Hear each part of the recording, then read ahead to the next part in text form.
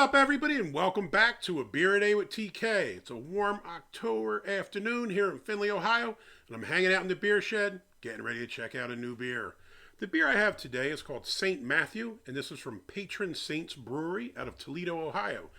Now, I've seen these guys on social media for a while, but haven't been up to the tap room. Luckily, when I was at the Findlay Oktoberfest, the Patron Saints booth was a couple down from where I was with the Urban Woody, so I was able to try their Oktoberfest at the Oktoberfest, and I actually quite liked it.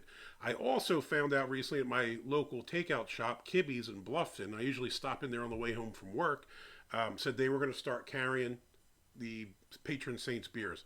I think they said they were very limited distribution. I think there was a spot in Toledo and basically them. So they had 3 or 4 different beers, and the first one that I picked up was St. Matthew, which is the Stout. Now, it looks like they have the same can for everything, and then there's like a sticker on the bottom that tells you which beer you're drinking. So it's the IPA, the Stout, whatever. On the back, we have a little bit of a blurb. It says, "We boil the hell out of our beers. Blessings and beer, grace and growlers, prayers and pints for all. Patron Saints Brewery, Toledo, Ohio." So I'll put a picture of that down there as well so you can see what that looks like. Hey, pretty neat looking. All right. This is 5.3% ABV, 22 IBUs. Ratings-wise, does okay. 3.53 on Untapped, 3.64 on Beer Advocate. It should be noted there's only 2 check-ins.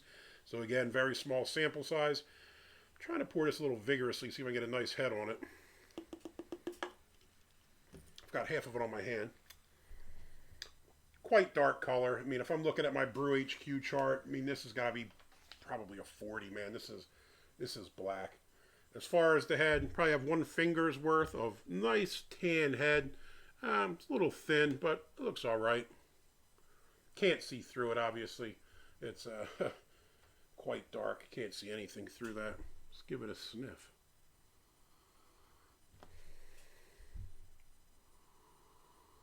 It's not a really overpowering scent. I mean, usually it's something like this. You pick up the roasted, pick up some roasted grain. This, you get a little bit of coffee as well, but that's about it. Nothing too crazy. Let's give it a shot. Cheers.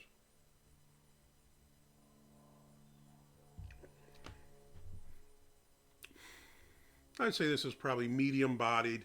It's on the lighter side for a stout, but it's not light by any stretch of the imagination. I'd probably say medium. As far as it tastes, not a ton going on. You pick up the roasted malt like you'd kind of think. You pick up some coffee, maybe a little bit of dark chocolate, but it's not overly chocolatey. It's not super coffee heavy or strong.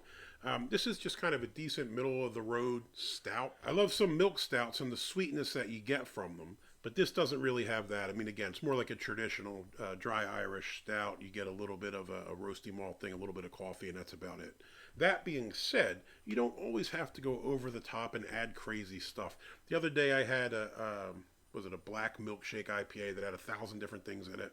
And I think for the most part, they pulled it off. A lot of times when you get too fancy, too creative, things get lost in the shuffle. This beer is simple, but does what it's supposed to. So for that reason, St. Matthew from Patron Saints Brewing, I would definitely have another one of these. So you get a big thumbs up.